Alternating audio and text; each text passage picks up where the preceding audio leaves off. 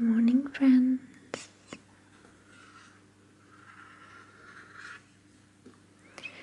Today I want to share with you this children's book that I find adorable. It's about Gaudí.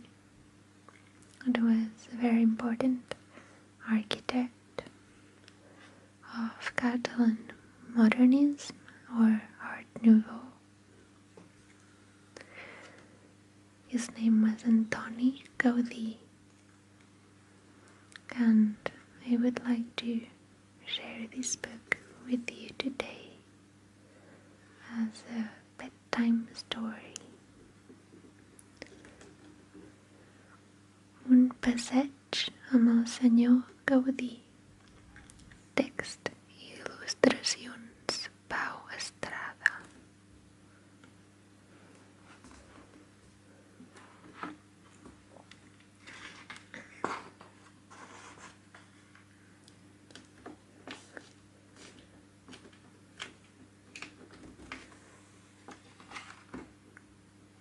Editorial Joventut.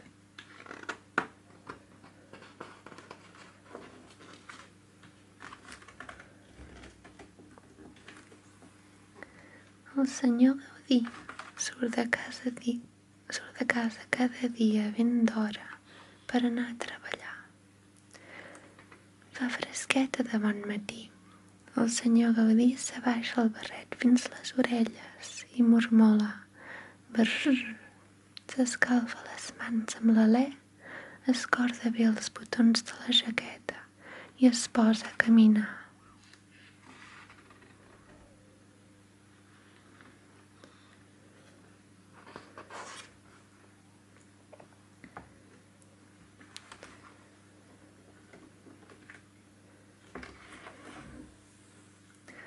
El senyor Gaudí viu en una caseta de color rosa, enmig d'un parc que sembla un bosc encantat, tot de pedra. Baixa les escales que menen a la sortida i saluda el seu amic el drac, el guardià del recinte. Fins després, estimat amic, li diu, alçant el barret. Tingues cura del parc fins que torni. Me'n vaig corrents a treballar, que no vull fer tard. El drac, virulat, respon amb un somriure amb aquest ritual que es repeteix cada matí, mentre el senyor Gaudí ha pres el pas i baixa tot caminant cap a la ciutat.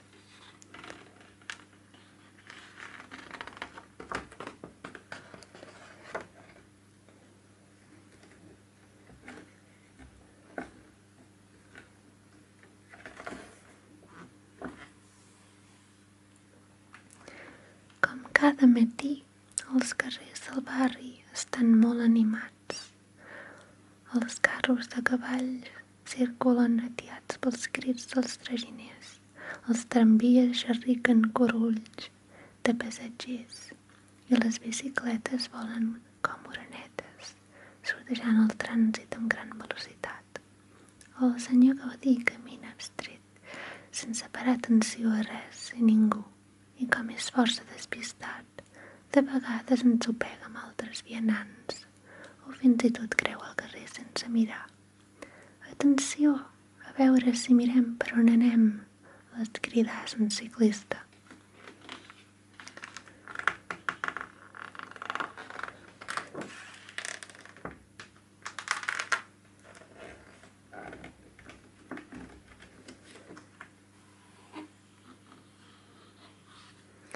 La gent que el veu passar veuen el senyor Gaudí com un captaire de barba blanca i mirada absent. N'hi ha fins i tot que s'espanten. Tenen por que els vulgui demanar almoina. Ningú no s'imagina que és l'arquitecte més famós de Barcelona i que de la seva imaginació han sortit els edificis més originals i emblemàtics de la ciutat. També ha dissenyat monuments, fanals, bancs i fins i tot rajoles per a les vostres voreres. Però ell, com cada dia, segueix el seu camí submergit en el seu món. un vell sorrut que ningú no reconeix en veure'l passar.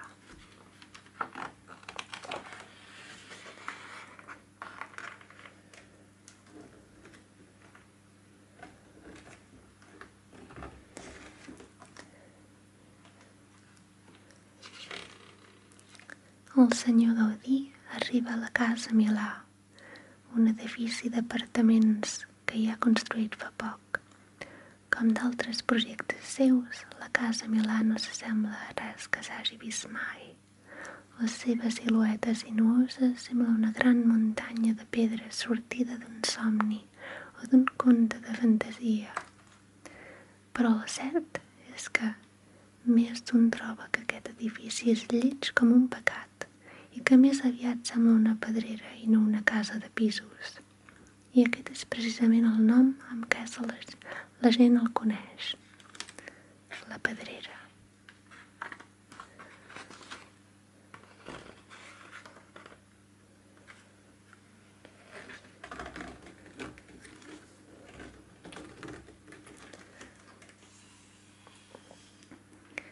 Aquest matí, Gaudí ha vingut a la casa Milà per mirar de tranquil·litzar uns veïns que no estan gens contents amb la seva nova llar. Miri, senyor arquitecte, li diu la senyora, vostè potser és un geni. Sí, però no aquesta casa, les parets tan corbes i amb aquests sostres. Sembla més aviat que som dins d'una cova en lloc d'un pis i no hi ha manera de col·locar els mobles ni de penjar un quadre. I el meu piano de cua no hi ha a la saleta de música. Em pot dir on vol que posi el meu piano?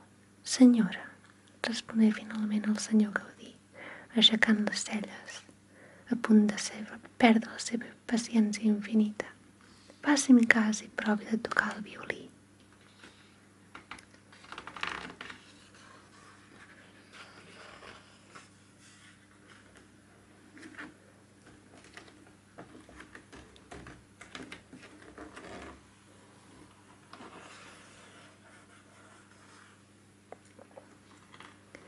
Després d'una hora de queixes, el vell arquitecte s'acomiada amb el cap com un bombo i puja al terrat a prendre l'aire.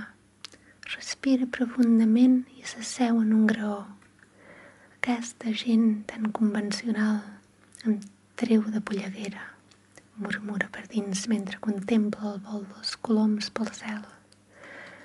Per què els costa tant deixar de banda els prejudicis i obrir les ales a la imaginació?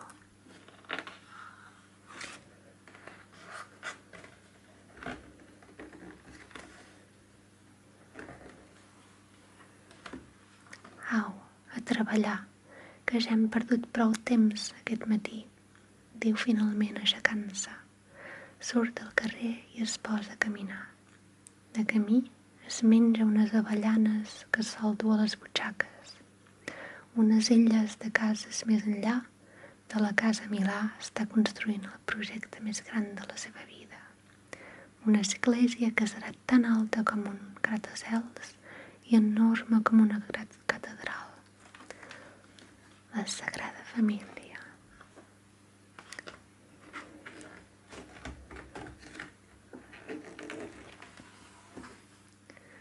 El vell arquitecte arriba a la Sagrada Família i baixa al taller, on els seus col·laboradors es posen al dia del progrés dels obres. Per a qui no el coneix, el senyor Gaudí és l'arquitecte més caòtic i complicat del món.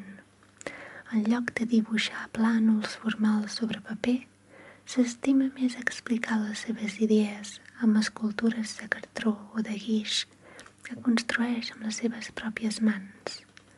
Altres vegades munta models fets amb cables, cordes i peces penjants que s'han d'entendre a l'inrevés gràcies a uns miralls. A més, moltes vegades es presenta l'obra amb idees noves i canvia el projecte sobre la marxa, gairebé com per caprici. Tanmateix, els seus ajudants, obrers i artesans, que el coneixen des de fa molts anys, saben interpretar totes i cadascuna de les seves idees i traduir-les en pedra, totxo mosaic, ferro forjat per convertir-les finalment en obres d'art.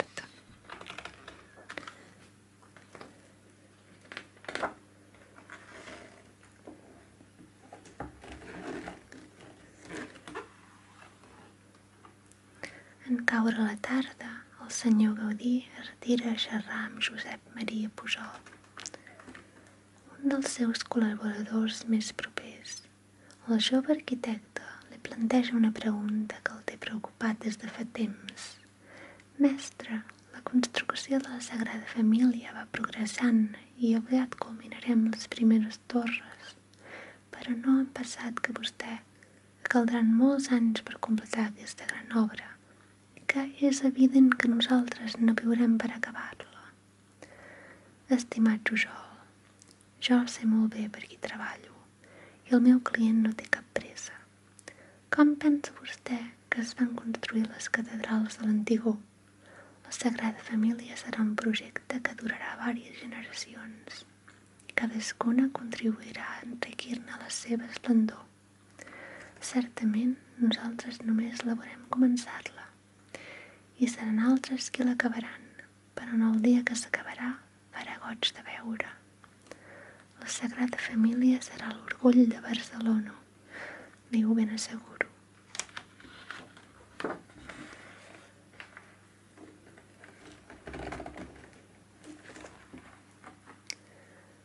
Aquesta tarda, el senyor Gaudí no pot endarrerir-se perquè té una cita per sopar amb el seu amic el comte Güell. Així doncs, després de donar les darreres instruccions al taller, es posa el barret i s'acomiada, amb la pressa que porta i les idees que li papalloneguen al cap. Torna a travessar el carrer sense mirar i s'endú la segona ensurt del dia. Vigili per on va, home, li crida un guàrdia. Esperat, el vell arquitecte palpoteja en un descolpa, puja un tramvia i es dirigeix al barri alt.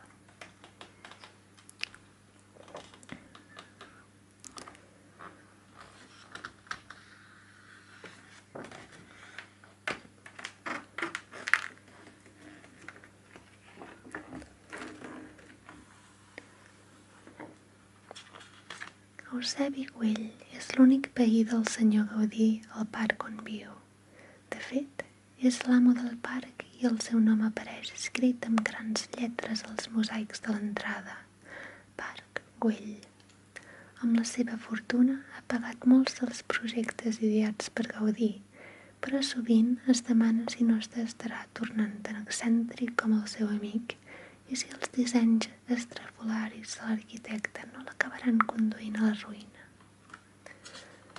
Quan van construir el Parc Güell, anys enrere, el comte Güell volia crear una urbanització per a gent benestant plena de mansions de luxe, però la idea de la seva ciutat-jardí no va interessar a ningú.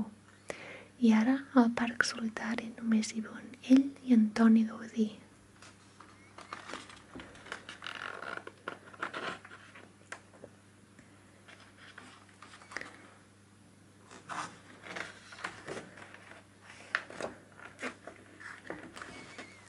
Asseguts en el banc ondulant de la plaça, el senyor comte deixa un sospir melancòlic i diu: «Amic Antoni, ens hem de rendir davant l'evidència que aquest parc mai no serà el que jo pretenia. Entre els uns que troben que és massa lluny del centre de la ciutat i els altres que el detesten la seva arquitectura, de 60 parcel·les en venda només se n'ha venut una». «Té raó, don Eusebi», respon el senyor Gaudí. «Molt em temo que la meva arquitectura només ens agrada a vostè i a mi. Bé, entenguem-nos, jo no dic pas que m'apassioni, però certament la respecto», replica el senyor comte, aixecant-se.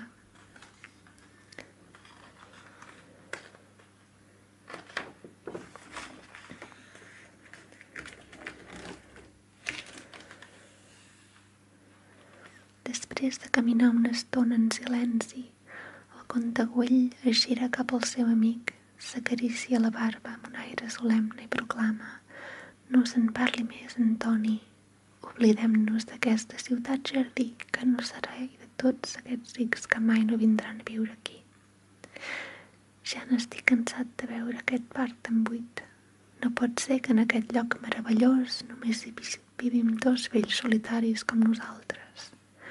Està decidit. El Parc Güell s'ha de convertir en un parc públic per a qui hi juguin nens i el gaudeixin les famílies, els veïns i tothom que vulgui venir a Barcelona. Una idea excel·lent, don Eusebi, respon entusiasmat el senyor Gaudí.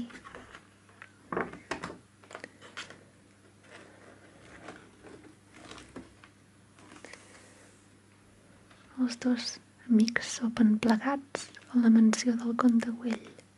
Mentre el senyor comte fa un bon tiberi, el senyor Gaudí, que és vegetarià, s'acontenta amb una amanida verda i unes verdures al vapor. Els dos amics continuen la seva conversa interminable, rememorant vells records de joventut i imaginant nous projectes que mai no arribaran a realitzar.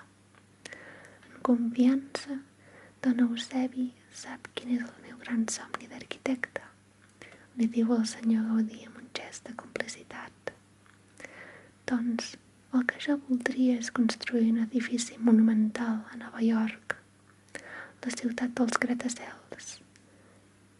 No se'n rigui, no, estimat amic, que ja tinc els plànols i tot. Ah, Amèrica, el nou món, exclama el senyor comte, dibuixant un somriure mentre s'aboca la terra, on el seu pare va fer fortuna molts anys enrere.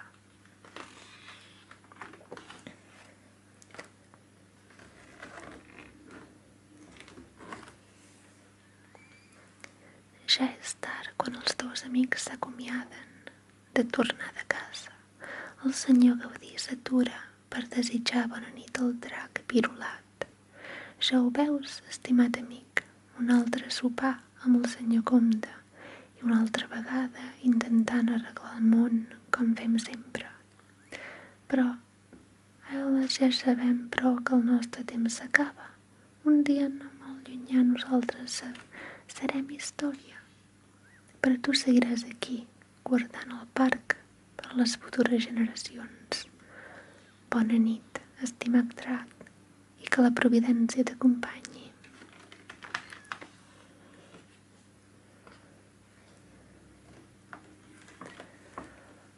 La lluna i els estels brillen damunt del Parc Güell i el senyor Gaudí camina cap a casa seva abstret. Dins del seu cap imagina nous edificis i projectes, arcs, cúpules, voltes i columnades. Tanmateix,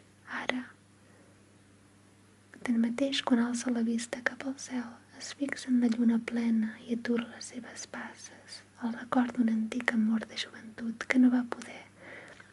Se l'envaeix i per uns moments el senyor Gaudí sembla que experimentar una fiblada de melangia. Però ràpidament s'abaixa el barret fins les orelles, apressa el pas i entra al seu portal. Demà toca tornar a la feina i encara queda molt per fer.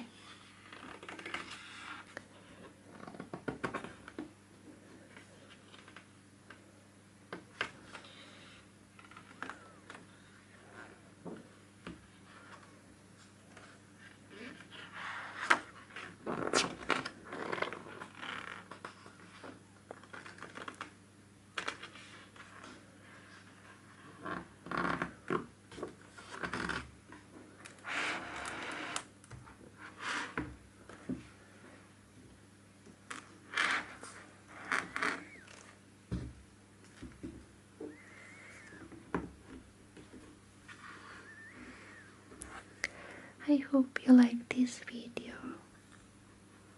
I absolutely love the illustrations of this book, and the color scheme is very nostalgic and